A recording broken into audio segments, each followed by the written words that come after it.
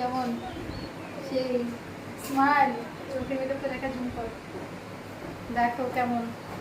এই সবাই কমেন্টস করো যে কেমন হয়েছে, এখনো গয়না পরাইনি।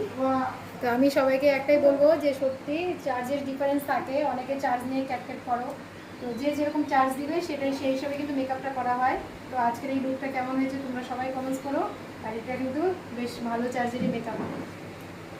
তো ব্যালেন্সের ডিস্টেন্স থাকলে মেকআপের ডিস্টেন্সটা অবশ্যই থাকে, যদি যে হিসাবে বুকিং করা হয় সেই হিসাবে কিন্তু মেকআপ হয়।